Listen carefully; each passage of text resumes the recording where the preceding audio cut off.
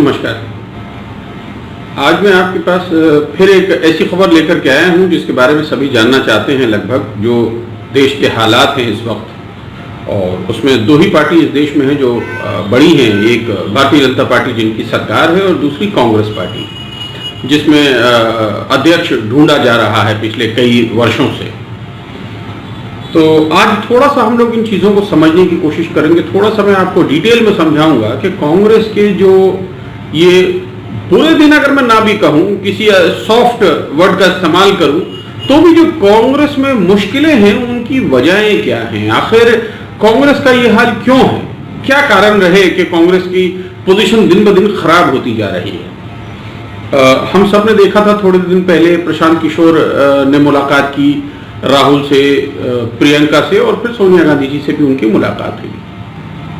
बाजार बड़ा गर्म हो गया आजकलों का कि प्रशांत किशोर कांग्रेस ज्वाइन कर रहे हैं। हालांकि उन्होंने नहीं किया अभी तक, लेकिन कर सकते हैं, हमें नहीं मालूम करेंगे कि नहीं करेंगे, हम उस पर नहीं जा रहे हैं। लेकिन आज जो कांग्रेस के हालात हैं कि कांग्रेस में प्रेसिडेंट की सख्त जरूरत है। सोनिया गांधी इस वक्त बीमार हैं, जैसा आप जानते हैं, और एक बहुत बड़ा ग्रुप है, बहुत सारे कांग्रेस के सीनियर लीडर्स ऐसे हैं जो चाहते हैं कि किसी को एक फुल टाइम प्रेसिडेंटशिप मिले पार्टी की, कोई फुल टाइम पार्टी की कमान संभाले, क्योंकि सोनिया जी ठीक नहीं है। और उस तरह के लोगों में बहुत सारे लोग हैं, जैसे गुलाम नबी आज़ाद हैं, जैसे कपिल सिब्बल हैं, आनंद शर्मा हैं। तो इस तरह के बहुत सारे सीनियर लीडर्स हैं जो इस वक्त कांग्रेस ने, जिनको मैं कहूँगा अलग कर रखा है मेन स्ट्रीम से। और कुछ ऐसे लीडर हैं जो कांग्रेस के सोनिया गांधी जी के, और मतलब ना इस ग्रुप में ना उस ग्रुप में, ना वो इस तरफ हैं ना उस तरफ हैं, वो सिर्फ कांग्रेसमैन हैं और न्यूट्रल बैठे हैं बिल्कुल पूरे तौर पर, जिसमें शकील अहमद हैं, सलमान खुर्शीद हैं और शमीम अख्तर हैं। इस तरह के लोग भी हैं। तो उस पर मैं बाद में आऊंगा कि न्यूट्रल में जो है वो अच्छा है बुरा है क्या है। लेकिन इस वक्त जो हाल है वो ये है कि सोनिया गांधी जी को चाहिए कि अब एक प्रेसिडेंट को वो चुन लें, किसी का इंतखाब कर लें, अगर उनको ही करना है। जैसे कांग्रेस का हम चलन जानते हैं कि कांग्रेस में ऐसा कुछ भी नहीं हो सकता जो परिवार ना चाहे। इसमें तो कोई छुपी हुई बात नहीं है, सबको मालूम है, सब जानते हैं, पूरा देश जानता है, पूरी दुनिया जानती है, और कांग्रेस का एक छोटा से छोटा वर्कर भी जानता है। लेकिन कांग्रेस में जिस तरह के डिसीजन लिए जा रहे हैं इस वक्त, जैसी एक पार्टी चल रही है, उससे कांग्रेस की छवि ही सिर्फ धूमल नहीं हो रही है, कांग्रेस का वर्किंग कल्चर खराब हो रहा है, कांग्रेस की साख खराब हो रही है। अब 150 साल पुरानी एक पार्टी है जिसको बहुत कुछ करना था, ये बहुत कुछ किया है, और उसके बाद भी अगर उसकी ये हाल है कि वो एक छोटी सी पार्टी बन के रह जा रही है कि तृणमूल कांग्रेस एक स्टेट की पार्टी है और उसमें और कांग्रेस पार्टी में कोई ज्यादा अंतर नहीं है सीटों में, तो ये कांग्रेस के लिए दुख की बात है। अब मैं आ रहा था उस बात पर कि जो हो रहा है वो क्या हो रहा है, किन की मर्जियों से फैसले लिए जाते हैं कांग्रेस में। देखिए, आपको मालूम है या नहीं मैं नहीं जानता, लेकिन कांग्रेस में ऐसा इस वक्त कोई भी फैसला नहीं हो रहा है जो राहुल गांधी की मर्जी के बगैर ना हो रहा हो। तो कहना है कि अगर राहुल गांधी को ही फैसले लेने हैं, अगर वही फैसला करना चाहते हैं, वही फैसला लेना चाहते हैं, तो वो खुल के क्यों नहीं आते सामने, क्यों नहीं पार्टी के प्रेसिडेंट बन जाते। उनको तो कई बार कहा लोगों ने, और इससे पहले उनको बनाया भी था, वो 14 की हार के बाद रूट कर चले गए। तो ये तो ठीक नहीं है कि आप पूरा पावर भी चाहते हैं और रेस्पॉन्सिबिलिटी भी नहीं लेना चाहते। इस वक्त अगर सोनिया गांधी कोई भी फैसला ले रही हैं तो वो कहीं ना कहीं राहुल गांधी की मर्जी से ही लिया जा रहा है, जिसमें प्रियंका गांधी का भी थोड़ा सा से है। तो ये तीन लोगों की एक मर्जी है जो कांग्रेस पार्टी के फैसले हैं, अगर आप पूछें तो। अब इसमें हो क्या रहा है कि कांग्रेस जो फैसले लेती है वो राहुल गांधी की वजह से होते हैं, राहुल गांधी लेते हैं वो सारे फैसले, प्रियंका गांधी का इन्वॉल्वमेंट होता है उसमें।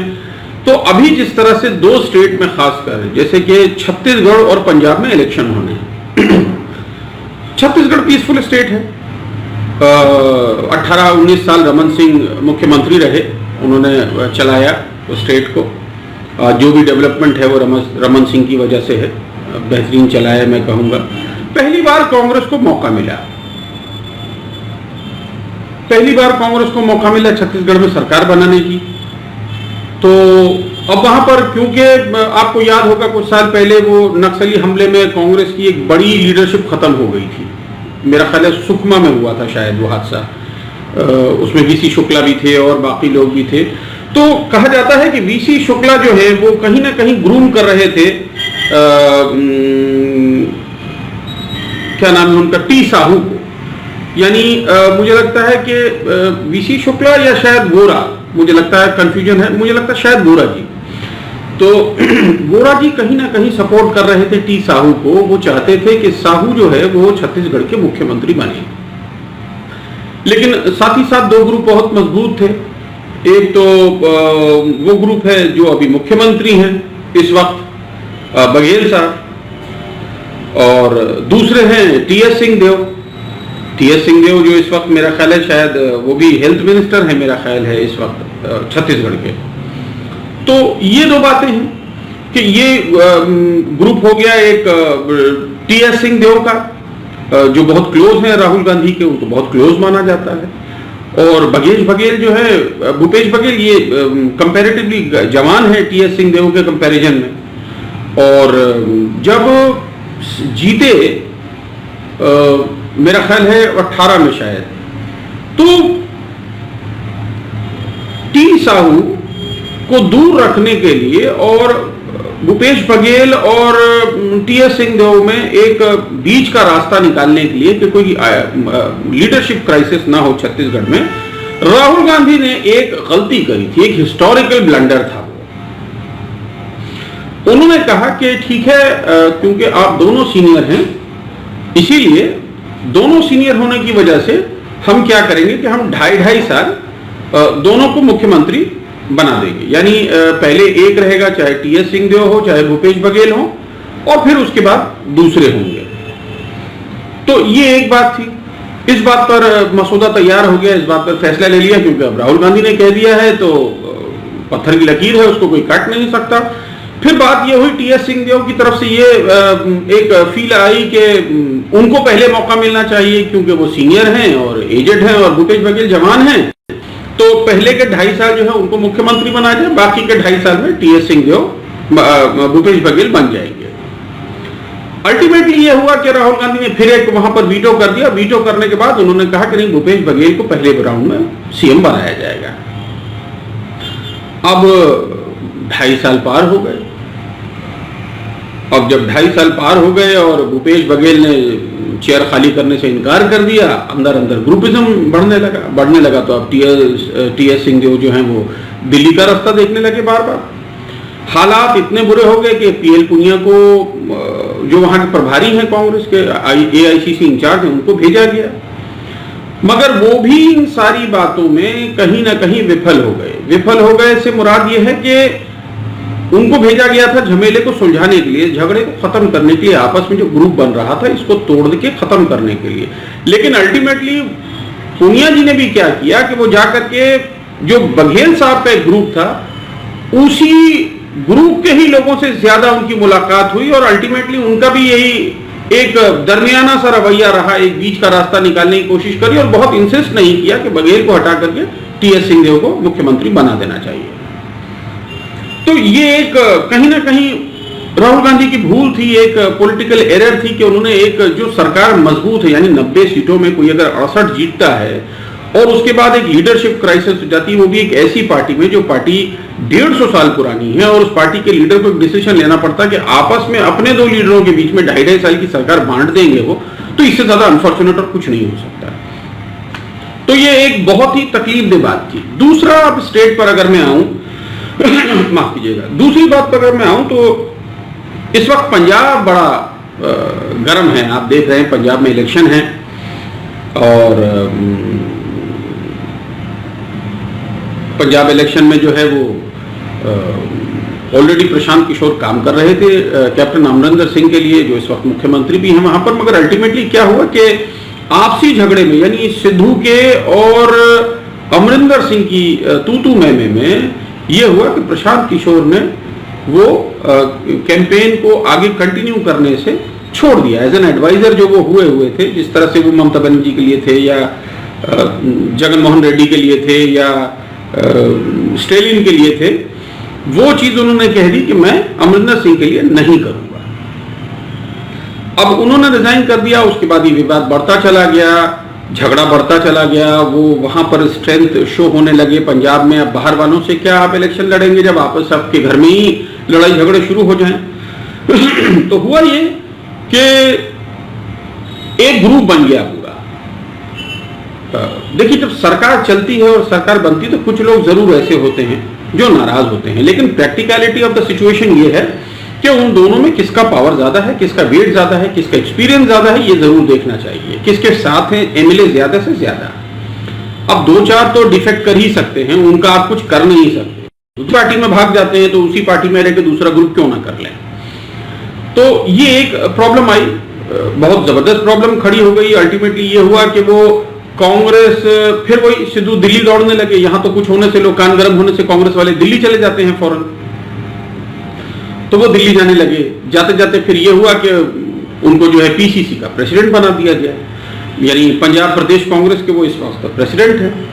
अब उनका ये मानना है कि मैं क्योंकि प्रेसिडेंट हूं तो सारे मेरे पास आए। देखिए, मुंह से कोई कुछ नहीं कहता, लेकिन अमरिंदर सिंह और उनके बीच में एक बहुत जबरदस्त खाई बन चुकी है, एक बहुत जबरदस्त गैप आ चुका है। लेकिन अगर आप थोड़ा सा सिद्धू को समझेंगे, थोड़ा सा उसका पॉलिटिकल करियर आप देखेंगे, तो आप देखेंगे कि एक जमाने में राष्ट्रपति ने उनका नाम नॉमिनेट किया था राज्यसभा के लिए, सिद्धू ने उसको डिक्लाइन कर दिया। सिद्धू को भारतीय जनता पार्टी में बड़ी इज्जत मिली, स्टार कैंपेनर की पदवी थी उनकी, और बहुत गुणगान किया उन्होंने मोदी जी का, और ऐसे ऐसे शेर और शायरी सुनाई जो शायद आपने कॉमेडी शो में भी नहीं सुना था, इतनी किसी की तारीफ और इतने अच्छे अच्छे शेर। तो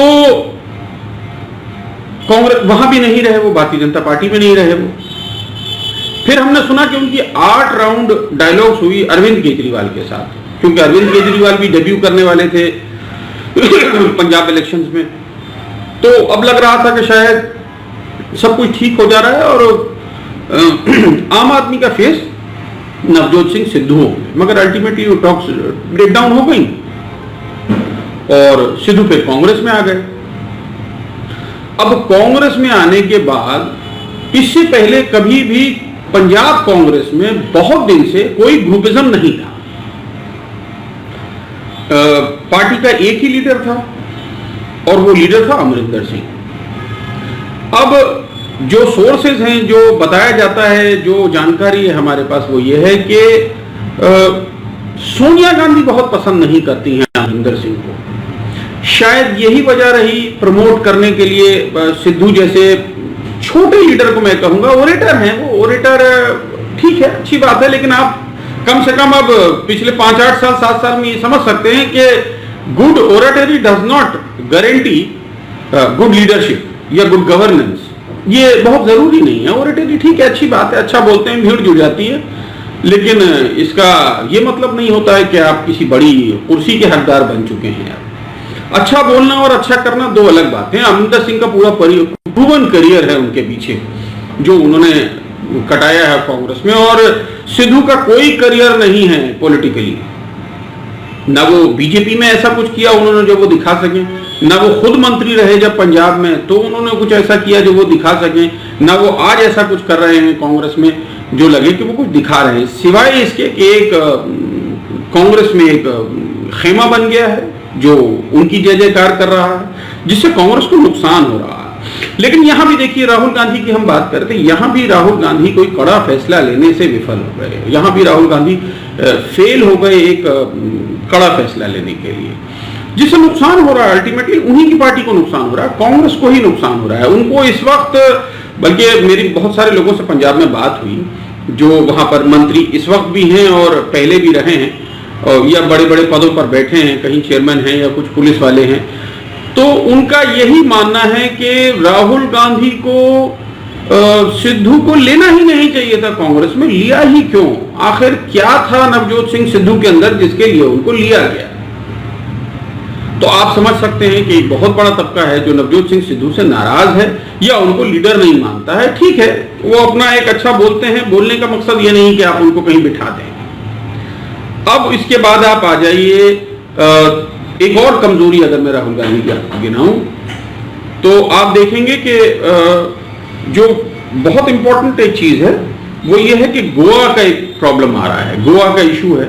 गोवा में भेजा गया था, वहां प्रभारी थे गोवा में, मेरा ख्याल है कि एक सेकंड में आपको बताता हूं, वहां पर प्रभारी थे चिदम्बरम, पी चिदम्बरम वहां प्रभारी थे। उनको भेजा गया था कि वो जाकर के गोवा के हालात को दुरुस्त करेंगे, अच्छा करेंगे। बट अल्टीमेटली वहां जाकर के वो मिले किससे, किसके प्रमोशन के लिए या किसको पीसीसी प्रेसिडेंट बनाने का उन्होंने सिफारिश की है। तो आप देखेंगे कि वहां गोवा में है गिरीश, पीसीसी चीफ, उनका नाम दिया गया और गिरीश कहा जाता है कि राहुल गांधी के बहुत क्लोज है।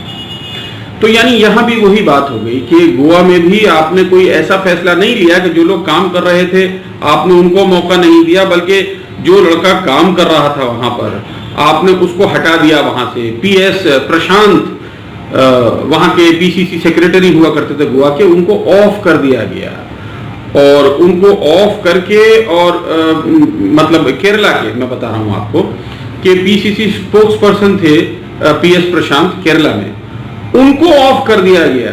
अचानक से वो चिट्ठी दी गई, उनको ऑफ कर दिया गया सिर्फ इसलिए क्योंकि उन्होंने केसी वेणुगोपाल या के बारे में और कहा था कि ये ठीक से नहीं चल रही हैं चीजें गोवा माने केरला में। तो अब ये मेरे समझ के बाहर है कि इस तरह से अगर आप डिसीजन लेंगे, इतने हेस्टली डिसीजन लेंगे, आप कोई रेस्पॉन्सिबिलिटी भी नहीं लेना चाहेंगे, आप सिर्फ चाहेंगे कि मैं फैसला ले लूं और नाम भी मेरा ना आए, जिम्मेदारी भी कोई ना हो, तो इससे तो फायदा कुछ नहीं हो रहा। अल्टीमेटली कांग्रेस को 24 में बड़ा इलेक्शन लड़ना है। ये दो बड़े इलेक्शन स्टेट्स के हैं, छत्तीसगढ़ और पंजाब, जो दोनों उनके जीते हुए हैं, यानी उनको ये रिटेन करना है। और ये रिटेन करने के साथ ही साथ उनको 2024 की तैयारी करनी है। लेकिन अगर इस तरह की तैयारी है तो आप समझ लीजिए कि सब कुछ भगवान भरोसे ही चल रहा है। कांग्रेस में सब कुछ ठीक नहीं है, ये कांग्रेसियों को समझ में आना चाहिए। सिर्फ वही नहीं, अगर मैं झारखंड की बात भी करूं तो झारखंड में भी आप देखिए कि इस वक्त जिनको पीसीसी प्रेसिडेंट बनाया गया है, काबिल आदमी है, ठीक है, अच्छी बात है, लेकिन इतने बड़े लीडर नहीं है कि उनको पीसीसी का प्रेसिडेंट बना देना चाहिए था। तो उनको पीसीसी का प्रेसिडेंट क्यों बनाया गया? क्योंकि जो प्रभारी हैं यहाँ आरपीएन सिंह, जो हमारे पास खबर है वो ये कि आरपीएन सिंह के वो काफी क्लोज माने जाते हैं। तो अगर सिर्फ इसलिए पॉलिटिकल पार्टी में कोई आपको पदवी मिल जाती है या पद मिल जाता है, क्योंकि मुझे लगता है कि जो चला रहे थे ओरांव साहब, रमेश्वर ओरांव, वो अभी ऐसा कोई वक्त नहीं आ गया था कि उनको हटा देना चाहिए एब्रप्टली, उनको रातों रात चिट्ठी देके ऑफ कर देना चाहिए। और अगर हटा दिया था तो फिर आपको एक उतना ही बड़ा लीडर लाके देना चाहिए था। तो उतना बड़ा लीडर और कौन हो सकता था? उतना बड़ा लीडर हो सकता था डॉक्टर अजय कुमार को दे सकते थे वो। अच्छा, वाइस प्रेसिडेंट आपने बना दिया किसको? आपने वाइस प्रेसिडेंट बना दिया है बंधु तिर्की जी को। बंधु तिर्की, अभी तो मामला चल ही रहा है, असेंबली में चल रहा है मामला कि ये कांग्रेस में है भी या नहीं है। प्रदीप यादव और बंधु तिर्की झारखंड विकास मोर्चा से निकल करके वहां गए जीतने के बाद। इसको लेकर के एक दल बदल का मामला चल रहा है जो अभी स्पीकर के टेबल पर है झारखंड असेंबली में। तो ऐसे आदमी को आपने इस वक्त बना दिया है जो पहले तो आपको यही प्रूव करना है कि वो कांग्रेसमैन हैं और उसके बाद ही आगे कुछ आप प्रूव कर सकते हैं। तो ये एक बात है। तो इन चीजों को इस तरह से अगर कांग्रेस डील करती रहेगी, बंगाल में आप देखिए कांग्रेस जीरो हो गई। जीरो होने के बाद होना यह चाहिए था कि जो भी पीसीसी प्रेसिडेंट हैं उनको कोई एक रेस्पॉन्सिबिलिटी लेके या तो खुद हट जाना चाहिए था, खुद नहीं हटे तो he should have been kicked out, उनको निकाल देना चाहिए था। लेकिन क्या राहुल गांधी ने निकाला? क्या सोनिया गांधी ने निकाला? क्या प्रियंका गांधी ने कहा कि अधीर चौधरी को निकाल देना चाहिए, हटा देना चाहिए? तो ये कुछ फैसले हैं जो डिसीजन लेने चाहिए। अब सलमान खुर्शीद इतने बेहतरीन लीडर हैं, आपने उनको घर बिठा रखा है। शकील अहमद कांग्रेस के वफादार सिपाही हैं, आपने उनको बिठा रखा है। गुलाम नबी आजाद, वो कांग्रेस से इस वक्त नाराज बैठे हैं, वो आदमी इतना सीनियर लीडर है, उसको आपने नाराज कर दिया। कपिल सिब्बल, अगर याद हो तो एक पीवी नरसिम्हा राव के जमाने में जो मामला हुआ था, एक आपको याद होगा, एक ब्रीफ केस और अटैची और ये सारा कुछ अखबारों की बड़ी शोभा हुआ करता था उस जमाने में, वो मामला लड़ने वाले कपिल सिब्बल, इतने सीनियर लीडर, वो भी नाराज हैं इस वक्त कांग्रेस से। के नटवर सिंह उनको पार्टी से ही निकाल दिया गया है। इतने बेहतरीन फॉरेन मिनिस्टर थे वो, इतने बेहतरीन लीडर थे वो, उनको बाहर का रास्ता दिखा दिया गया। तो इससे अल्टीमेटली तो जब अगर आप अच्छे लोगों को निकालते रहेंगे तो फिर ये वही होगा। अभी देखिए राजस्थान में क्या चल रहा है। राजस्थान में अशोक गहलोत और सचिन पायलट के दो खेमे हैं। तो ये खेमा तभी तक सचिन पायलट का जरा आस्ते है जब तक इलेक्शन नहीं आ रहे हैं। जब इलेक्शन आएंगे तो वो भी अपने तेवर दिखाएंगे, क्योंकि कहीं ना कहीं आपको लीडरशिप चेंज करना पड़ेगा। अशोक गहलोत साहब काफी दिन रह गए, अब ठीक है एक जवान आदमी को देना चाहिए था मौका। ये मौका नहीं दे करके मध्य प्रदेश में ऑलरेडी कांग्रेस हाथ जला चुकी है। कांग्रेस ने एक स्टेट खो दिया सिर्फ इसलिए क्योंकि कमलनाथ को उनको चीफ मिनिस्टर बनाना था। अब मुझे बताइए, जो आदमी जिंदगी भर जिसने दिल्ली की राजनीति करी, जिसने जिंदगी भर दिल्ली की राजनीति करी, जिसका स्टेट से कोई मतलब नहीं रहा, एबीसी कुछ नहीं उसको मालूम स्टेट के बारे में, उसको आपने दिल्ली से भेज के यहां मुख्यमंत्री बनवा दिया। तो ये तो इस तरह कैसे चलेगा? आपको उन लोगों को अपॉइंट करना होगा, उन लोगों को चार्ज देना होगा जिनको जानकारी हो। अब झारखंड के बारे में आरपीएन सिंह क्या जानते हैं मुझे बताइए? झारखंड के बारे में कभी उन्होंने विजिट किया था झारखंड? आप शकील अहमद को देते, नेबरिंग स्टेट के हैं, झारखंड के प्रभारी रहे हैं, बंगाल के प्रभारी रहे हैं, बिहार के प्रभारी रहे हैं, पंजाब के प्रभारी रहे हैं, हिमाचल के प्रभारी रहे हैं, एमओएस होम रहे हैं, एक बहुत सीनियर लीडर। उनको तो आपने ठंडे बस्ते में डाल दिया है और आरपीएन सिंह को आप लेकर के आ गए बाहर। मैं नहीं कह रहा हूं कि वो कम लायकमंद है या कम काबिलियत है, मगर आपको कहीं ना कहीं तो उन लोगों को इस वक्त आगे करना होगा जो कांग्रेस को बचाने की स्थिति में है, जिनकी अपनी कोई से हो। तो मुझे लगता है कि कहीं ना कहीं राहुल गांधी भूल कर रहे हैं, और अगर यही हालात रहे कांग्रेस के तो मुझे लगता है 24 क्या 29 क्या शायद 35-34 तक भी कांग्रेस के आने के कोई हालात नहीं है। इसलिए कांग्रेस को सबसे पहले अपना घर ठीक करना होगा, अपने हालात दुरुस्त करने होंगे, और एक फुल टाइम आपको एक नेशनल प्रेसिडेंट चाहिए पार्टी का। 150 साल की पार्टी इस वक्त ऐसे है जैसे बिना मल्लाह की कश्ती। तो ये जो एक है बिना मल्लाह की कश्ती, इसको ठिकाने लगाने के लिए, इसको पार लगाने के लिए, किनारे पर लाने के लिए, तूफान से बचाने के लिए, बड़ी बड़ी लहरों से बचाने के लिए, पॉलिटिकल एक अनरेस्ट होता है उसको सुधारने के लिए आपको एक फुल टाइम प्रेसिडेंट चाहिए, जिसमें कांग्रेस अभी तक विफल है। और अगर यूपी इलेक्शन से पहले आपने कोई तैयारी नहीं करी तो मैं आपको यकीन दिला सकता हूं कांग्रेस के अगर वहां एक आध दो भी कुछ होगा तो शायद वो भी अब बंगाल की तरह जीरो हो जाएगा। बहुत शुक्रिया, धन्यवाद, आपसे फिर बात होगी।